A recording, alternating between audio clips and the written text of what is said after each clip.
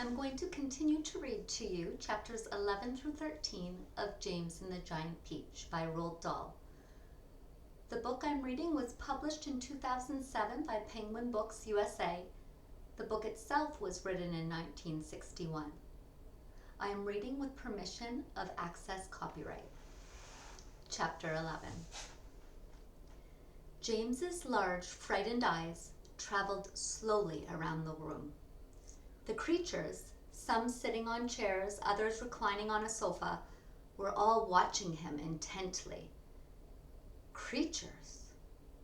Or were they insects? An insect is usually something rather small, is it not? A grasshopper, for example, is an insect. So, what would you call it if you saw a grasshopper as large as a dog? As large as a large dog? You could hardly call that an insect, could you? There was an old green grasshopper as large as a large dog sitting on a stool directly across the room from James now. And next to the old green grasshopper, there was an enormous spider. And next to the spider, there was a giant ladybug with 9 black spots on her scarlet shell. Each of these 3 was squatting upon a magnificent chair. On a sofa nearby, reclining comfortably in curled up positions, there was a centipede and an earthworm. On the floor, over in the far corner, there was something thick and white that looked as though it might be a silkworm. But it was sleeping soundly and nobody was paying any attention to it. Every one of these creatures was at least as big as James himself, and in the strange greenish light that shone down from somewhere in the ceiling, they were absolutely terrifying to behold. "I'm hungry," the spider announced suddenly, staring hard at James. "I'm famished," the old green grasshopper said. "So am I," the ladybug cried. The centipede sat up a little straighter on the sofa. "Everyone's famished," he said. "We need food." 4 pairs of round, black, glassy eyes were all fixed upon James. The centipede made a wriggling movement with his body, as though he were about to glide off the sofa, but he didn't. There was a long pause and a long silence. The spider, who happened to be a female spider, opened her mouth and ran a long black tongue delicately over her lips. "Aren't you hungry?" she asked suddenly, leaning forward and addressing herself to James. Poor James was backed up against the far wall, shivering with fright and much too terrified to answer. "What's the matter with you?" the old green grasshopper asked.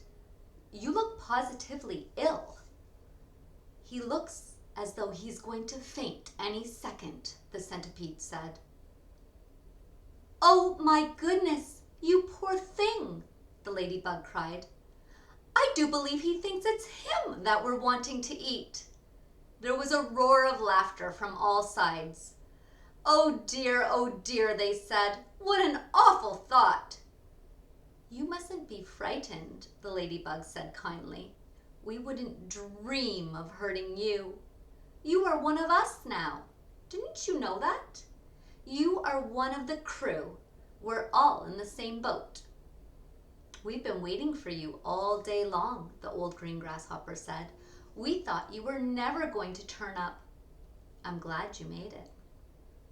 "So cheer up, my boy. Cheer up," the centipede said. "And meanwhile, I wish you'd come over here and give me a hand with these boots. It takes me hours to get them all off by myself." Chapter 12. James decided that this was most certainly not a time to be disagreeable, so he crossed the room to where the centipede was sitting and knelt down beside him. "Thank you so much," the centipede said. "You are very kind." You have a lot of boots, James murmured. I have a lot of legs, the centipede answered proudly. And a lot of feet. 100 to be exact. There he goes again, the earthworm cried, speaking for the first time. He simply cannot stop telling lies about his legs. He doesn't have anything like 100 of them. He's only got 42. The trouble is that most people don't bother to count them. They just take his word. And anyway, there is nothing marvelous, you know, centipede, about having a lot of legs. Poor fellow, the centipede said, whispering in James's ear. He's blind. He can't see how splendid I look. In my opinion, the earthworm said, the really marvelous thing is to have no legs at all and to be able to walk just the same. You call that walking? Cried the centipede. You're a slitherer.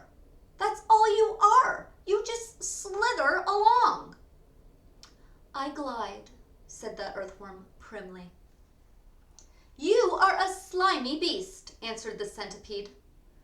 I am not a slimy beast, the earthworm said. I am a useful and much-loved creature. Ask any gardener you like. And as for you, I am a pest, the centipede announced, grinning broadly and looking around the room for approval.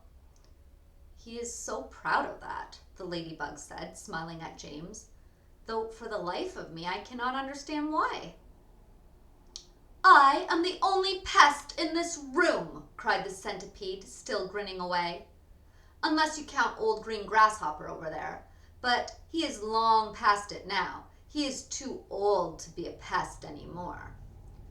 The old green grasshopper turned his huge black eyes upon the centipede and gave him a withered look. Young fellow, he said, speaking in a deep, slow, scornful voice. I have never been a pest in my life. I am a musician. Hear, hear, said the ladybug. James, the centipede said. Your name is James, isn't it? Yes. Well, James, have you ever in your life seen such a marvelous, colossal centipede as me? I certainly haven't, James answered. How on earth did you get to be like that? Very peculiar, the centipede said.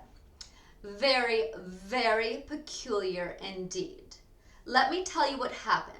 I was messing about in the garden under the old peach tree, and suddenly a funny little green thing came wriggling past my nose. Bright green it was, and extraordinarily beautiful, and it looked like some kind of a tiny stone or crystal. Oh, but I know what that was, cried James. It happened to me too, said the ladybug. And me, Miss Spider said. Suddenly there were little green things everywhere. The soil was full of them. I actually swallowed one, the earthworm declared proudly. So did I, the ladybug said. I swallowed 3, the centipede cried. But who's telling this story anyway? Don't interrupt. It's too late to tell stories now, the old green grasshopper announced. It's time to go to sleep. I refuse to sleep in my boots, the centipede cried. How many more are there to come off, James? I think I've done about 20 so far, James told him. Then that leaves 80 to go, the centipede said. 22, not 80, shrieked the earthworm. He's lying again. The centipede roared with laughter. Stop pulling the earthworm's leg, the ladybug said. This sent the centipede into hysterics. Pulling his leg, he cried, wriggling with glee and pointing at the earthworm. Which leg am I pulling? You tell me that. James decided that he rather liked the centipede. He was obviously a rascal, but what a change it was to hear somebody laughing once in a while. He had never heard Aunt Sponge or Aunt Spiker laughing aloud in all the time he had been with them. "We really must get some sleep," the old green grasshopper said. "We've got a tough day ahead of us tomorrow. So would you be kind enough, Miss Spider, to make the beds?" Chapter 13. A few minutes later, Miss Spider had made the first bed. It was hanging from the ceiling, suspended by a rope of threads at either end so that it actually looked more like a hammock than a bed. But it was a magnificent affair, and the stuff that it was made of shimmered like silk in the pale light. "I do hope you'll find it comfortable," Miss Spider said to the old green grasshopper. "I made it as soft and silky as I possibly could. I spun it with gossamer. That's a much better quality thread than the one I use for my own web." "Thank you so much, my dear lady," the old green grasshopper said, climbing into the hammock. "Ah, this is just what I needed. Good night, everybody. Good night." Then Miss Spider spun the next hammock, and the ladybug got in. After that, she spun a long one for the centipede and an even longer one for the earthworm. "And how do you like your bed?" she said to James when it came to his turn. "Hard or soft?" "I like it soft, thank you very much," James answered. "For goodness sake, stop staring round the room and get on with my boots," the centipede said. "You and I are never going to get any sleep at this rate. And kindly line them up neatly in pairs as you take them off. Don't just throw them over your shoulder." James worked away frantically on the centipede's boots. Each one had laces that had to be untied and loosened before it could be pulled off. And to make matters worse, all the laces were tied up in the most complicated knots that had to be unpicked with fingernails. It was just awful. It took about 2 hours. And by the time James had pulled off the last boot of all and had lined them all up in a row on the floor, 21 pairs altogether, the centipede was fast asleep. "Wake up, centipede," whispered James, giving him a gentle dig in the stomach. "It's time for bed." "Thank you, my dear child," the centipede said, opening his eyes. Then he got down off the sofa and ambled across the room and crawled into his hammock. James got into his own hammock, and oh, how soft and comfortable it was compared with the hard bare boards that his aunts had always made him sleep upon at home. "Lights out," said the centipede drowsily. Nothing happened. "Turn out the light," he called, raising his voice. James glanced around the room, wondering which of the others he might be talking to, but they were all asleep. The old green grasshopper was snoring loudly through his nose. The ladybug was making whistling noises as she breathed, and the earthworm was coiled up like a spring at one end of his hammock, wheezing and blowing through his open mouth. As for Miss Spider, she had made a lovely web for herself across one corner of the room, and James could see her crouching right in the very center of it, mumbling softly in her dreams. "I said turn out the light!" shouted the centipede angrily. "Are you talking to me?" James asked him. "Of course I'm not talking to you, you donkey," the centipede answered. "That crazy glowworm has gone to sleep with her light on." For the first time since entering the room, James glanced up at the ceiling. And there he saw a most extraordinary sight, something that looked like a gigantic fly without wings. It was at least 3 feet long, was standing upside down upon its 6 legs in the middle of the ceiling, and the tail end of this creature seemed to be literally on fire. A brilliant greenish light, as bright as the brightest electric bulb, was shining out of its tail and lighting up the whole room. "Is that a glowworm?" asked James, staring at the light. doesn't look like a worm of any sort to me." "Of course it's a glowworm," the centipede answered. "At least that's what she calls herself. Although actually you are quite right. She isn't really a worm at all. Glowworms are never worms. They are simply lady fireflies without wings.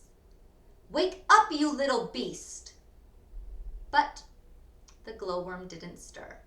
So the centipede reached out of his hammock and picked up one of his boots from the floor. "Put out that wretched light!" he shouted, hurling the boot up to the ceiling. The glowworm slowly opened one eye and stared at the centipede.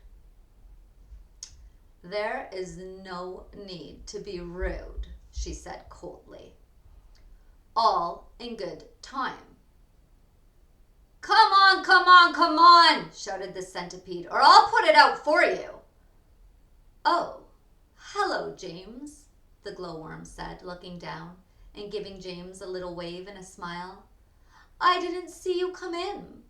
Welcome, my dear boy, welcome, and good night." Then, click, and out went the light. James Henry Trotter lay there in the darkness, with his eyes wide open, listening to the strange sleeping noises that the creatures were making all around him, and wondering what on earth was going to happen to him in the morning. Already he was beginning to like his new friends very much. They were not nearly as terrible as they looked. In fact, they weren't really terrible at all. They seemed extremely kind and helpful in spite of all the shouting and arguing that went on between them. "Good night, old green grasshopper," he whispered. "Good night, ladybug. Good night, Miss Spider." But before he could go through them all, he had fallen fast asleep. So tomorrow I will continue with chapter 14. Your assignment today is to choose your favorite character so far. And I want you to tell me why you chose that character. Have a wonderful day with your online learning, and we'll see each other again tomorrow.